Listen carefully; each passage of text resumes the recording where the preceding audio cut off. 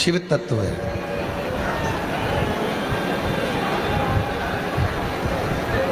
जगत गुरु शंकराचार्य जी ने प्रत्येक जीव को, प्रत्येक मनुष्य को एक ही बात कही कि यदि संसार सागर से मुक्त होना है तो शिव का नाम लेना है। और जिसने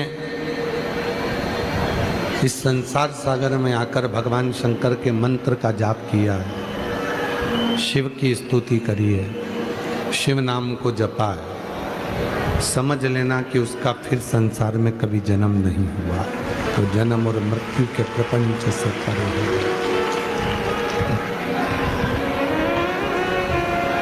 पशु, पक्षी, जलचर, थलचर, ये सारे जन्म आपके और हमारे होते रहे।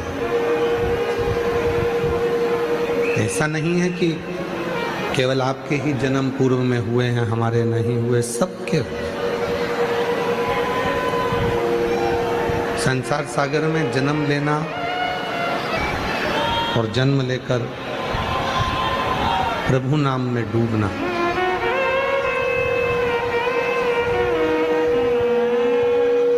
शंभु शरण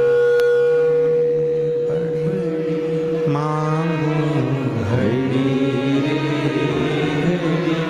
दो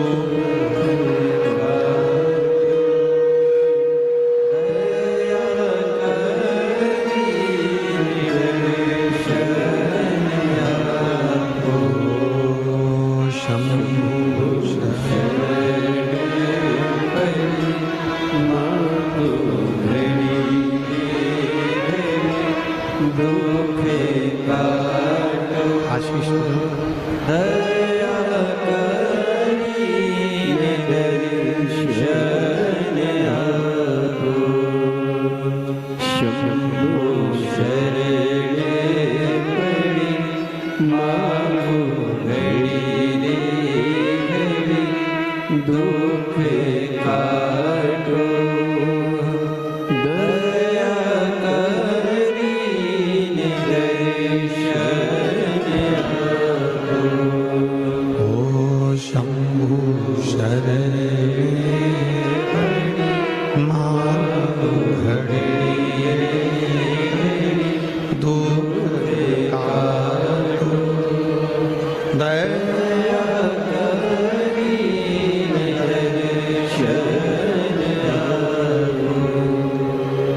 जगत गुरु शंकराचार्य जी कहते हैं, एक केवल मानव की देह, केवल एक मनुष्य का शरीर एक ऐसा है जिस शरीर के भजन के बाद में फिर कोई अगला जन्म नहीं मिलता। जन्म और मृत्यु के प्रपंच से हम छूट जाते हैं, फिर ना हमारा जन्म होता है ना हमारी मृत्यु होती है। शिव महापुराण में चंचुला देवी ने तुमरुका जी से एक बात करी कि मेरा पति प्रेत योनि में पड़ा हुआ है और मेरा पति जो प्रेत योनि में पड़ा हुआ है, उस प्रेत योनि से मुक्ति कैसे प्राप्त हो सकती है, किस तरह से प्राप्त हो सकती है। तुमरुका जी ने कहा, केवल मुक्ति का एक साधन। हम बार बार आप लोगों से कहते हैं कि शिव जी के मंदिर में जाओ तो शंकर जी को जल चढ़ाकर उस जल का आचमन करो। 3 ताप मनुष्य के समाप्त हो जाते हैं, कायिक, वाचिक और मानसिक। और केवल ये सीहोर वाला बाबा नहीं कह रहा है, आप गीता प्रेस गोरखपुर की शिव महापुराण लेकर आइए और शिव महापुराण की विद्येश्वर संहिता के अंतर्गत इसको पढ़िए। आपको मिलेगा कि शिव जी पे जल चढ़ाकर उस जल का आचमन करने पर कायिक, वाचिक और मानसिक ये 3 हमने मन से कोई पाप किया हो, वाणी से अगर कोई पाप किया हो, शरीर के द्वारा कोई पाप किया हो, तो शिव पुराण कहती है कि ये 3 पाप केवल शिव जी पे चढ़े हुए जल को पीने से ही समाप्त हो जाते हैं। भगवान शंकर पे चढ़े हुए जल का आचमन करने से समाप्त हो जाते हैं। दूसरा प्रसंग, चंचुला देवी कह रही हैं तुमरुका जी से कि तुमरुका जी, एक नारी का जो जीवन होता है वो बड़ा संघर्ष का जीवन होता है। एक नारी जो अपने जीवन को जीती है वो पूर्ण संघर्ष के साथ जीती है। बचपन उसका माता पिता के अधीन रहता है। जब बचपन निकलता है किसी स्त्री का, किसी नारी का, किसी लड़की का, तो वो माँ बाप के अधीन होती है। उसकी जवानी आती है, युवान अवस्था आती है, तो वो अपने पति के, ससुर के, परिवार के अधीन हो जाती है। और तीसरा नंबर, जब उसका वृद्धावस्था आती है, जब उसका बुढ़ापा आता है, तो वो अपने बच्चों के अधीन हो जाती है। केवल एक नारी ऐसी है जिसने अपने पूरे जीवन में संघर्ष किया। संपूर्ण जीवन उसका संघर्ष में निकला। पहले भी कथा में कहा, फिर कहते हैं, पुरुष व्रत करता है, उस व्रत का फल पुरुष को मिलता है। पर कोई नारी अगर व्रत करती है, कोई स्त्री अगर व्रत करती है, तो उसका फल उसके मायके वालों को भी मिलता है और उसके ससुराल वालों को भी मिलता है।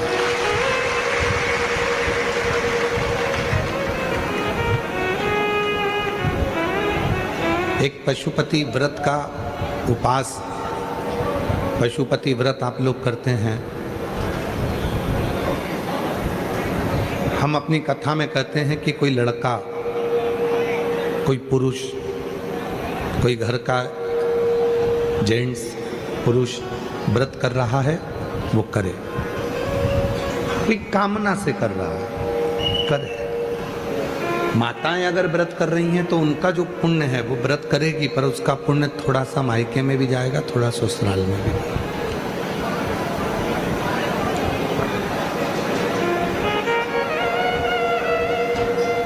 स्त्री के जीवन में उसने जो भी अपने पास रखा,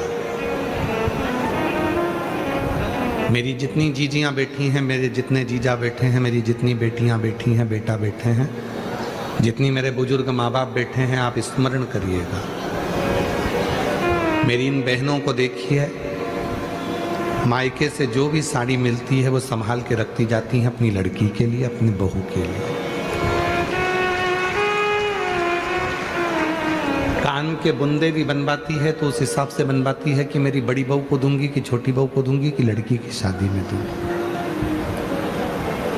कोई रकम भी अगर वो बनवा रही है, कोई रकम भी तैयार कर रही है, कोई आभूषण भी तैयार कर रही है, तो वो ये विचार करती है कि मैं इसको किसको दूंगी। मेरी बेटी को बेटी के हिसाब से बनवा लेती हूँ, बहू के हिसाब से बनवा लेती हूँ, परिवार में इसके हिसाब से बनवा लेती हूँ। पहनना उसको था, पर रखी संभाल के अपनी बहुओं के लिए, अपनी बेटी के लिए। इंतजार करा उसने अपनी बहू और बेटी के लिए, एकत्रित किया। कितना समर्पण। पति बाहर जाता है, भूख लगती है तो थोड़ा सा बाजार से मंगा कर भी खा लेता है, अपनी दुकान पर, अपने ऑफिस में, अपनी व्यापार में, रास्ते में, मार्ग में। घर की स्त्री को भूख लगती है, बहू को अगर भूख लगती है तो 50 बार विचार करती है, मैं रसोई घर में जाऊंगी और लोग देखेंगे कि बनाकर खा रही है, कल से लोग क्या कहेंगे। भीतर संकोच होता। भीतर थोड़ा संकोच उत्पन्न होता है,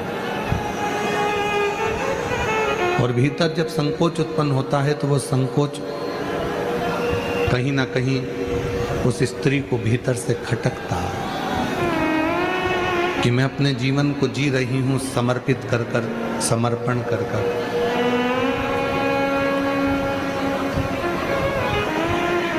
जो मानव की देह मिली है, जो मनुष्य का शरीर मिला है, इसको पूरा समर्पित कर कर जी रहे हैं। और केवल इसी प्रसंग पर नहीं, शिव महापुराण के मां जगत जननी जगदम्बा अम्बा के प्रसंग पर चलिए।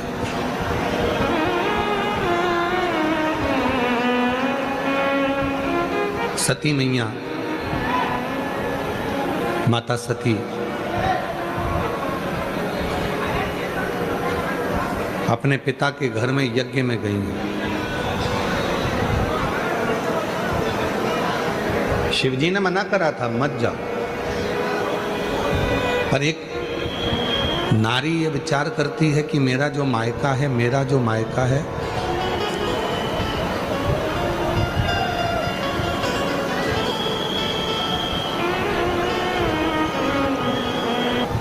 मेरा जो मायका है वो मेरा अपना घर है।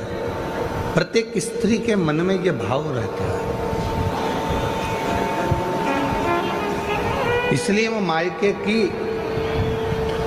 थोड़ी धमक, मायके का थोड़ा सा बल वो दिखाती रहती है। सती मैया को शिवजी ने समझाया था, माता सती को भगवान शंकर ने समझाया था कि तुम मत जाओ, पर सती माता मानी नहीं। मेरा मायका है, मेरे पिताजी, मेरी बहन, मेरी माँ, मेरा भाई, मेरा परिवार मुझे बहुत प्रेम करता है। ठीक है, प्रत्येक स्त्री के मन में यह भाव रहता है कि मेरा मायका मुझे बहुत प्रेम करता है, पर शिव महापुराण ये दिखाना चाहती है कि सती कामदेव की पत्नी रति आई तो उसका सम्मान हुआ, चंद्रदेव की 27 पत्नी आई, रोहिणी आई, आदि आई तो उनका सम्मान हुआ। दक्ष प्रजापति की 60 कन्याएं इकट्ठी हुई यज्ञ में, सबका सम्मान हुआ क्योंकि सब अच्छे घर में दी हुई थी। शिवजी दिखाना चाहते थे कि सती, उस यज्ञ में तेरा सम्मान नहीं होगा क्योंकि तेरा पति वो कैलाश पर निवास करता है, शमशान में निवास करता है, और कैलाश पर निवास करता है, शमशान में निवास करता है, इसलिए हो सकता है कि तुम वहां जाओगी और तुम्हें आदर नहीं मिले, सम्मान नहीं मिले, सत्कार नहीं मिले, हो सकता है। और देख लिया संसार हमने, सब मतलब के यार हमने, झूठे नाते झूठे नाते झूठे, अरे झूठा है संसार हमने देख लिया, सब मतलब के यार हमने देख लिया संसार हमने देख लिया। सती, तुम्हारी जितनी बहनें यज्ञ में आई हैं सबका सम्मान हो। कामदेव की पत्नी भी रति भी यज्ञ में आई है तो उसका सम्मान होगा, पर सती तुम्हारा सम्मान तुम्हारे पिता के घर में नहीं हो। सती ने अपने पति भगवान देवाधिदेव महादेव से पूछा कि नहीं होने का कारण क्या है, और संपूर्ण जितने भी आस्था चैनल पर कथा सुन रहे हैं, जितने फेसबुक यूट्यूब पर कथा सुन रहे हैं, जितने इस पंडाल में बैठकर भूसावल की भूमि पर कथा श्रवण कर रहे हैं, ध्यान लगाकर सुनना कि शिव जी ने कितनी बड़ी बात कही। सती, कामदेव की पत्नी रति का सम्मान होगा, चंद्र की पत्नी 27 पत्नियों का सम्मान होगा, तुम्हारी 60 बहनों का सम्मान होगा, पर तुम्हारा सम्मान नहीं होगा। क्यों? क्योंकि तुम्हारे पिता को मालूम है सबके घर में धन है, सबके घर में सोने के सिंहासन है, सबके घर में चांदी की थाली है, सबके घर में खूब सुंदर सुंदर महल हैं, केवल तुम एक अकेली हो जिसके पास महल भी नहीं है, सोने की थाली भी नहीं है और सोने के सिंहासन भी नहीं है। दुनिया धन का सम्मान करती है, इंसान का नहीं। इंसान, दुनिया धन का आदर करती है, दुनिया संपदा का आदर करती है, दुनिया वैभव का आदर करती है। और ध्यान देना, प्रैक्टिकल करके देखना, तुम्हारे अड़ोस में पड़ोस में तुम्हारे रिश्तेदार में कोई बहुत बड़ा ऑफिसर हो, प्रैक्टिकल करके देखना, तुम्हारे अड़ोस में पड़ोस में कोई बहुत बड़ा ऑफिसर हो, जब वो कुर्सी पर रहता है तो लोग सलाम ठोकते हैं, जब वो कुर्सी पर रहता है तो जी सर जी सर जी सर जी सर सब सेवा में लगे रहते हैं। और जैसे ही वो रिटायर होता है तो फिर घर के लोग भी सलाम नहीं ठोकते हैं। उसको क्या लगता था? मेरा सम्मान हो रहा है। उसको क्या लगता था? मेरा मान हो रहा है। पर शिव पुराण कहती है तेरा मान नहीं, तो जिस कुर्सी पर बैठा है उस कुर्सी का मान हो रहा है, उस कुर्सी का सम्मान हो रहा है। कुर्सी से उतरेगा, मान खत्म हो जाएगा। ऐसे कई बड़े बड़े बड़े बड़े मंत्री संतरी कलंतरी हुए, जब तक कुर्सी पे रहे तो उनके बड़े बड़े पोस्टर लगते, खूब नाम होता, खूब जय जय घोष होती, भैया जी संघर्ष करो हम तुम्हारे साथ हैं। और मालूम पड़ा जब कुर्सी चली गई, पद चले गया, जब कुर्सी और पद चले गया तब भैया जी भुसावल में भी आते तो उनका कोई सम्मान नहीं होता, भैया जी फिर जलगांव में भी आते तो कोई सम्मान नहीं। ये कुर्सी का सम्मान, ये धन का सम्मान, ये तुम्हारे वैभव का सम्मान,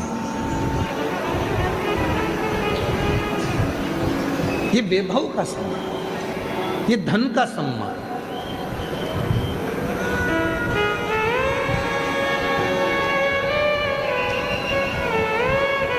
तुम्हारी कुर्सी का सम्मान, धन का सम्मान, वैभव का सम्मान है। और ध्यान देना,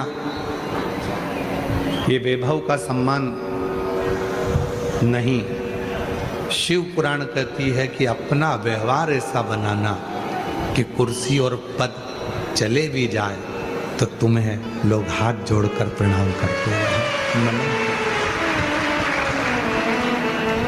हिम्मत बुरे कर्म कर वरना पछताएगा, भगवान की आंखों से बच नहीं पाएगा, तू बच नहीं पाएगा। अरे ओ अज्ञानी मत करना, अरे ओ अज्ञानी मत करना, तेरे कर्म का फल तू ही पाएगा, जैसा लिया तूने तेरे आगे आएगा। मत बुरे कर्म कर वरना पछताएगा, भगवान की आंखों से तू बच नहीं पाएगा, तू बच नहीं पाएगा। अपना स्वभाव अच्छा लगा, कितना सुंदर किसी ने कहा है, शिक्षित वो नहीं है जो ऊंचे कुर्सी पर बैठ गया। किसी ने कहा शिक्षित वो नहीं है जो ऊंची कुर्सी पर बैठ गया, शिक्षित वो नहीं है बहुत बड़े पद पर बैठ गया, शिक्षित वो है जो सत्य को सत्य समझे और असत्य को असत्य समझे और दिल में भाव रखे। शिक्षित वो है जिसमें सत्य बोलने की बल हो, असत्य को नकारने का बल हो और दूसरे के प्रति प्रेम समर्पण का भाव। समर्पण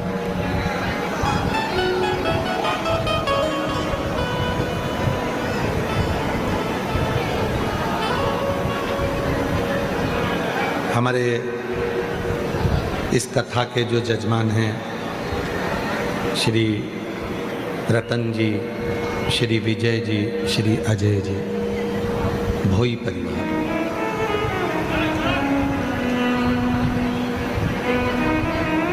शायद हमारी जिंदगी में पहली कथा होगी जिसको भोई परिवार ने कराई है।